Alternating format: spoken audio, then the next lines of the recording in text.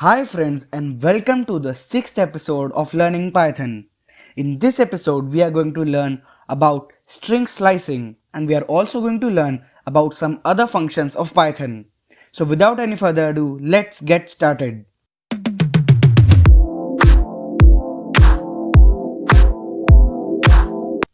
So in the last episode we learned about the typecasting and we also learned about multiple assignments. For this episode I am going to create a new file which I will name as tutorial 6. Do not forget to add the Python extension.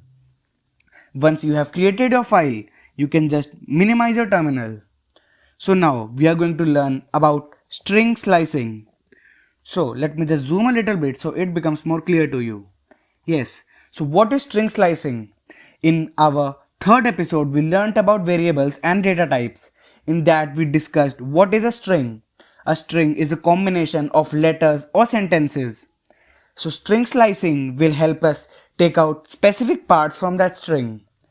First, let's create a string. So I will name the variable as string1 and I'm going to set its value as Python is fun. So now if I print this, we talked about the print command in our videos. What we need to type in here is string1. Now if I run this, I will get the value of string1 which is Python is fun. So now let's see our first command. So our first command is len. So len is the short form for length. So if you type here len, now what you need to do is close string1 in double brown brackets. And now if I run this, I will be able to see 13. So what does 13 means? This is the length of string1. So if we count all the letters in this, they will be 13. So this was the first function len. So now let's see how we can slice these strings. I'm going to create one more print command and I'm going to type string1. Let me just comment out the len command so that it doesn't print out. Now for slicing we use square brackets. What you need to do is just add a square bracket after the variable. And now in here we have to enter our parameters. So if you enter 0 and now if you run this you will be able to see p. So let me tell you, in our normal indexing, we start our numbers from 1, but in Python, indexing starts from 0. So if I say here 0, this will mean p in my string 1, and if I say 1, that will mean y in my string 1. So I have typed here 0, so that's why it is showing p. If I will type here 1, it is going to show me the value as y. As you're able to see, it is showing the value as y. So this is our first parameter. We can use 3 parameters in string slicing. First, we'll discuss about the 2 parameters. So this is the beginning parameter, that from where this slicing should start. Now let's see the second parameter. We can separate all these 3 parameters using a colon. Not a semicolon, not a comma, we need to just use a colon.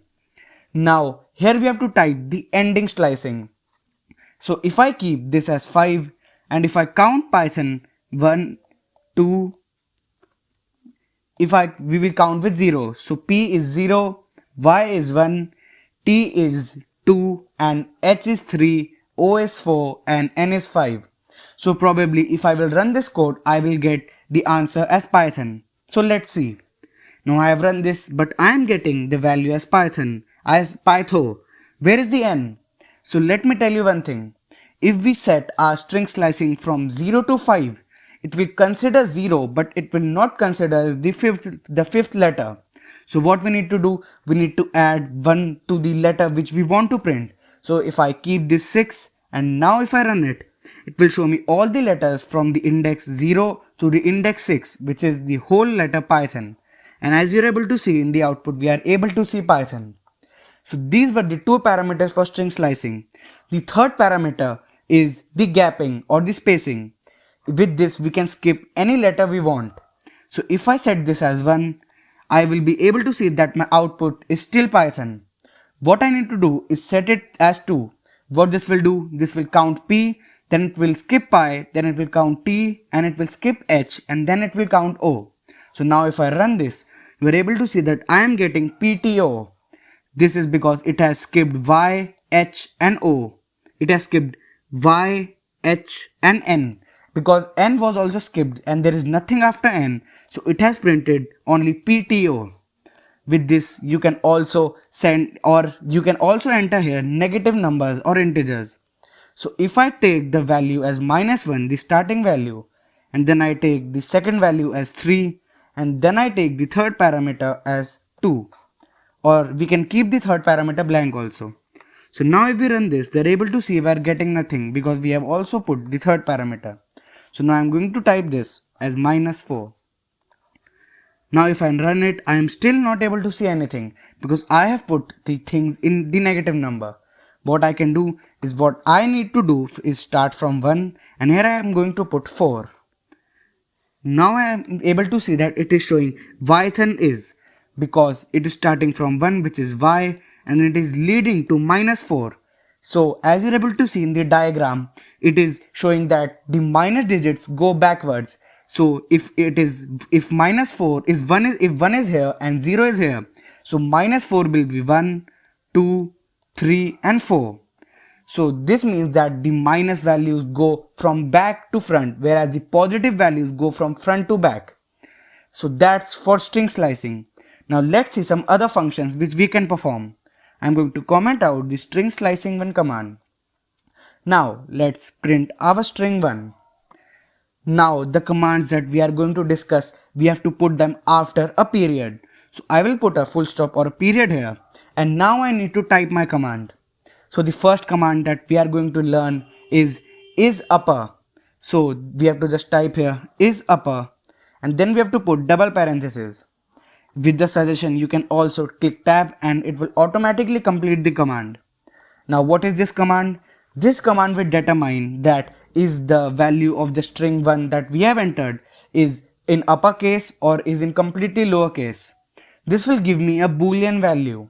So if I have not told you, a boolean value is also a data type. These data types print the values in true or false. So now if I run it, it is going to show me false because my string value is not uppercase. If I put this in complete uppercase, then I will be able to see that it will print true. So now if I run it, it is showing me true because I have put Python in complete uppercase. Now I can revert back the changes. Now our next command is going to be is lower. It is same as is upper, but it prints that is the value or the string in lowercase or not. Now if I run it, it is still going to show me false because I have capitalized the P of Python. So if I make this small and now if I run it, I'm able to see that I am getting the value as true. Now I can revert back the changes and make it into capitalized P. Our next command is upper. So what this command does, this command converts the string into complete uppercase. So now if I run it, it will give me the output as Python is fun, but the case will be uppercase. Same it is as lower.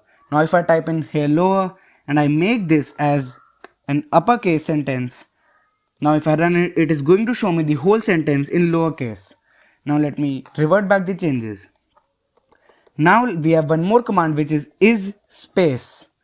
What does this command does? This command determines that is the value of string white spaces or not. So if I change the value of Python is fun to some white spaces, and now if I run it, it is going to show me true because I don't have any value rather than the white spaces here. Now I can type in here back Python is fun. Our next command is replace. So as it suggests, replaces any word or letter which you type. So if I type in here replace, and now if I close this, here we have to enter a argument. So what is an argument? An argument is another name for a parameter. So I am going to type in here as is, and now, or we can type in here as fun.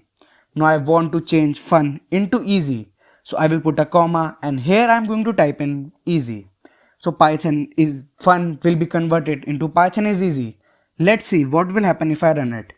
As you are able to see, it is showing me Python is easy. With this, you can replace any word with any other string in your variable. Now let's see our other command, which is count.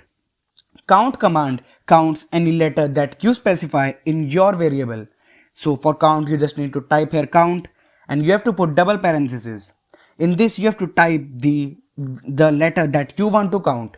So if I want to count here H, now if I run it, it is going to show me 1 because there is only one H in this sentence which is in Python. If I change the sentence a bit and I make this as Python is a high level programming language, and now if I run it, it is going to show me 3 because we have a first H in Python and we have a second H in high and also we have the third H in high. With this we can count any letter that we want in a variable or which is a string. You can also see a list of commands if you just type the period, and here in the suggestions you can see many different options which you can choose. Some of them are very advanced whereas some of them are very basic, and I have told you most of them. Now our next command is capitalize. So what capitalize does? It capitalizes the first letter of your sentence, which is the variable that you have specified, which I have done as string. So if I change the P to lowercase and now if I run it, it is going to capitalize the sentence and only capitalize the P in Python. So this is the normal punctuation because in normal English we also capitalize the first letter of any sentence. And now our next command is ends with. What this does, as its name suggests, if you type in here anything that you want to check that does the string or sentence ends with it or not. So if I'm going to type here language and now if I run it, I'm going to see true because my sentence Python is a high level programming language. This sentence is ending with language and I have typed here language. If I type here something else like Python and now if I run it, I'm going to get the value as false because Python is not being ended in this sentence. So in this episode we learned about string slicing and we also learned some different functions of Python. These are a bit tough to remember, but once you have them in your memory, it will be very easy for you to use them. If you have any queries or doubts related to string slicing or these functions, drop your question in the comment section below and I will try my best to reply to your queries. If this video helped you out, like this video and share this video. And if you are new to my channel, subscribe to my channel for more Python related content. And I'll see you in the next episode.